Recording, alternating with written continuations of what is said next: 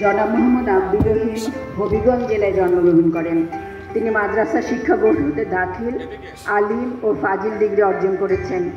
পরবর্তীতে ইসলামিক বিশ্ববিদ্যালয় হতে ফাজিল ও কামিল ডিগ্রি অর্জন করেন। বর্তমানে সহকারী সুপারিনটেন্ডেন্ট হিসাবে দোবাগাঁও বহুরুল উলুম দাখিল মাদ্রাসায় কর্মরত আছেন। সততা ও শৃঙ্খলাবোধের কারণে তিনি দুবার উপজেলায় শ্রেষ্ঠ শিক্ষক নির্বাচিত হয়েছেন।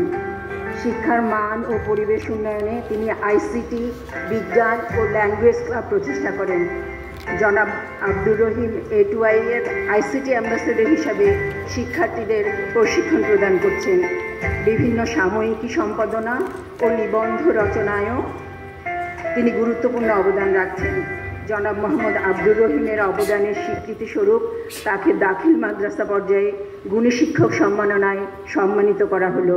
তাকে মঞ্চে এসে পুরস্কার করার জন্য সবিনয় অনুরোধ করছি। সুধীমণ্ডলী, পুরস্কার গ্রহণ করবেন জনাব মোহাম্মদ আব্দুর রহিম।